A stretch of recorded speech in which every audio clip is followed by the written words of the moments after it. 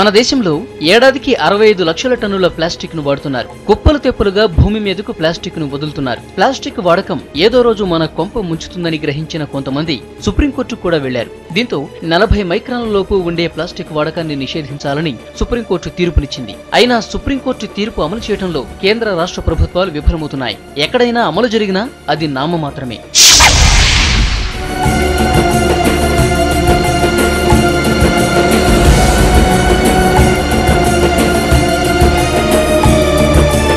ఒకప్పుడు కిరాణా షాపుల్లో కాగితంతో చేసిన కవర్లు వాడేవారు. అయితే కొన్ని కారణాలతో కాగితం కవర్లు కాలగర్భంలో కలిసిపోయాయి. వాటి స్థానంలో ప్లాస్టిక్ తో తయారు చేసిన క్యారీ బ్యాగులు వచ్చాయి. నిత్యావసరాలతో పాటు అన్ని అవసరాలకు ప్లాస్టిక్ కవర్లను వాడే ట్రెండ్ మొదలైంది.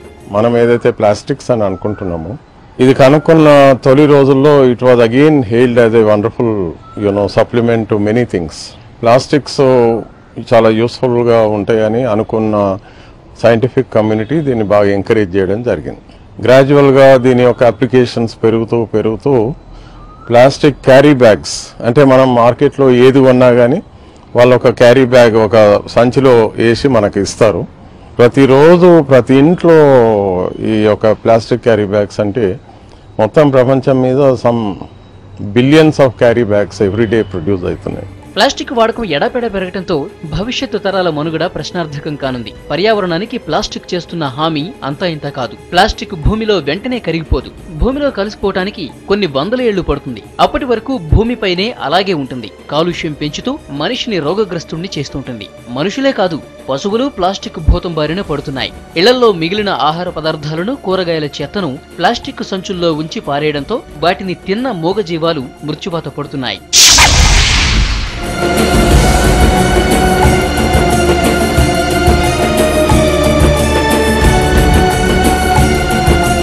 అయితే ప్లాస్టిక్ నిషేధాన్ని అమలు చేయడంలో ఎన్నో ఇబ్బందులు తలెత్తుతున్నాయన్నారు జీహెచ్ఎంసీ అధికారులు. ప్లాస్టిక్ వాడకాన్ని అరికట్టాల్సిన ప్రభుత్వం నిమ్మక నీరెత్తినట్లు ప్రవర్తిస్తోందని సామాన్య జనం మండిపడుతున్నారు. ప్లాస్టిక్ అనేది డే బై డే ఇంక్రీజ్ కావడం వల్ల మనకి చాలా నష్టాలు కలుగుతున్నాయి. దాన్ని నిషేధించడం అని అన్ని ప్రభుత్వాలు అంటున్నాయి, కానీ దానివల్ల మనకి ఎవరికి జరిగేది ఏం లేదు. కానీ ప్లాస్టిక్ అనేది నాన్ డిగ్రేడబుల్ ఏజెంట్.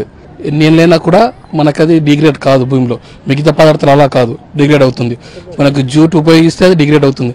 అలాగే మన బ్యాగ్స్ కానీ ప్లాస్టిక్ కవర్స్ కానీ అవన్నీ మనము ఉపయోగించకుండా జూట్ ఉపయోగిస్తే మనకు లాభంగా ఉంటుంది.